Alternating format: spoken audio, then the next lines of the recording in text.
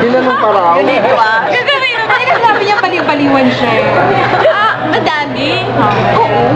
Ito na naging public.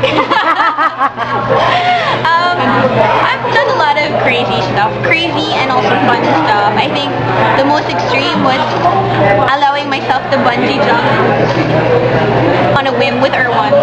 And parang right now, I don't think I could do that ever again. Bungee jump. In Thailand and in North Thailand. So, like now, I don't think with all the accidents that are happening, parang hindi ko na kayang, diba? Parang hindi ko na kayang i-risk yung life ko kahit saan. Pero stuff like that, random crazy stuff, yun yung mga ginagawa. And ang daming nag-propose this year bago pumasok yung taon. Pag nag-propose ba si Erwan, are you ready to say yes to that? If I'm ready, why not, diba? But not yet. Siguro mga 3 years, 3-4 years. So, okay sa'yo long engagement.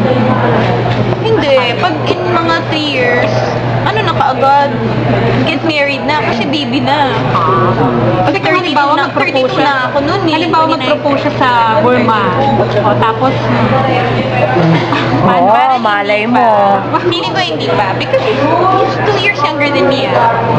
hindi mo pa nakikita sa kanya. Hindi pa.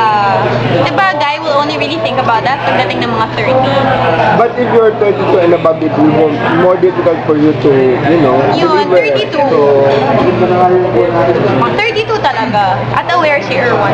Kailangan around that age. Dati sabi mo, 25. Kasi kung hindi, bye. So, Angelica Panganiban ito, may Ano yun? I may limit din ba Oo, siya? I think any girl, di ba? Parang if the guy isn't committing at that age, di what for pa, di ba? Basta kala you have the baby. Nang super late. Kahit mga 3, happy na ako sa 3 or 2. Si ano daw, si Erwan is stable na. Kami ni restaurant na si Om. Ang dami niya akong restaurant. 1, 2, for this sa 4 na ba? Mga 3 yata. Think Panda, Niner Ishinana, Hatch 22. Ano magsa-showbiz ka pa rin pag nag-asawa ka? I think Natural. so. Oo. Feeling ko maboboard ako pag wala akong ginagawa. But maybe for the first 3 years of my kid's life, hindi.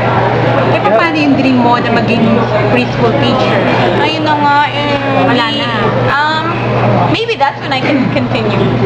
Diba? You have dream Studying. wedding. Huh? You have dream wedding. Dream Do you wedding. have a dream wedding? Ay, hindi pa. Basta gusto ko sunset. Sunset. why sunset?